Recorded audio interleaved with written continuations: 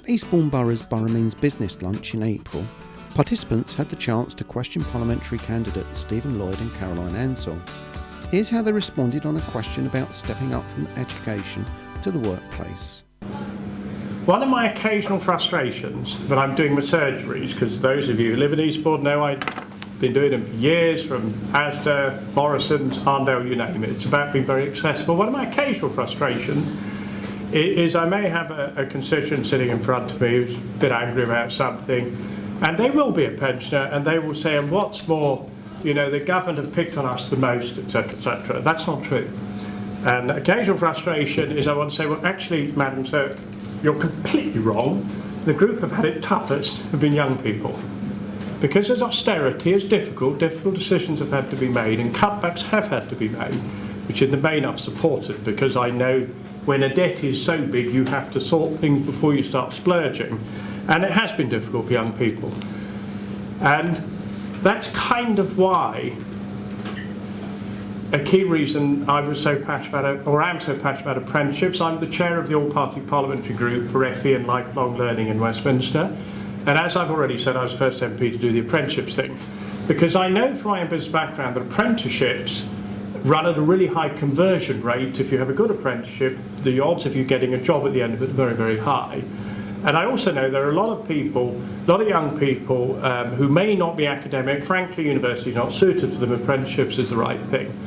And the other thing is we've actually got a good local college in Sussex Downs. So to me, it's really important for any politician to be very upfront and to engage really quite robustly with young people. Because there's a real sense with a lot of young, because of what they hear from that idiot Russell Brand, what they hear from the media, that there's no point in engaging. All politicians are thieves or what have you.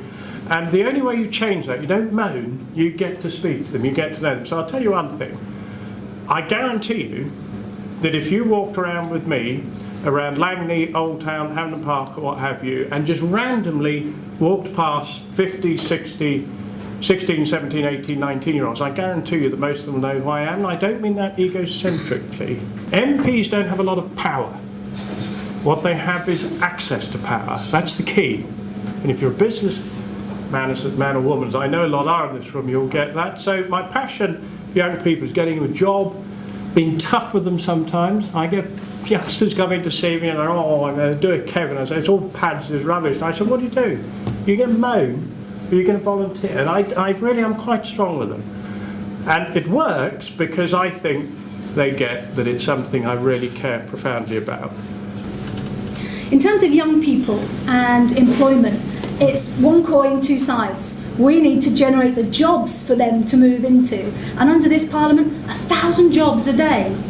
There have been more jobs created in Yorkshire than in France under this government.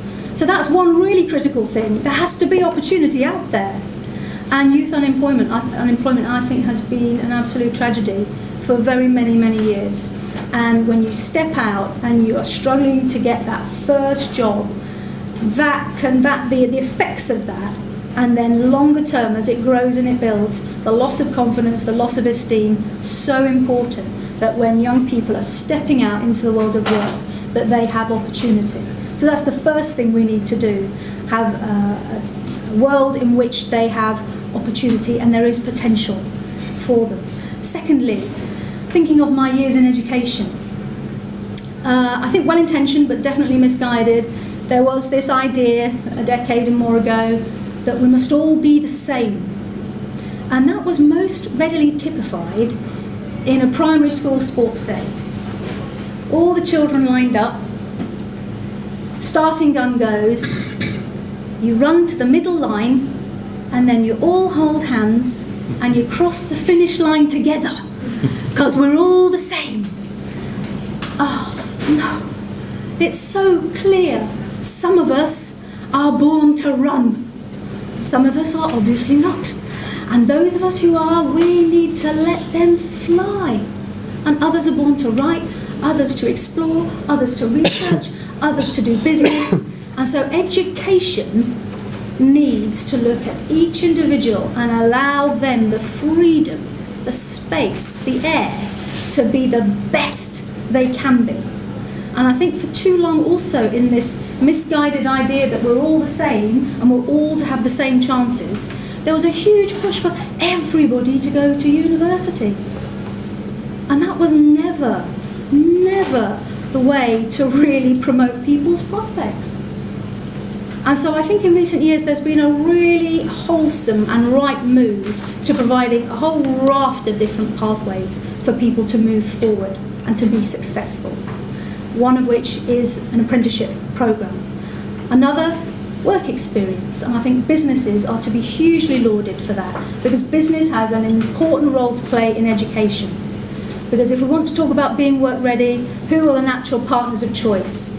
Schools, yes, have that responsibility for the education of young people, but we're all in this together, and so businesses and education need to walk hand in hand in order to prepare young people for the world of work ahead.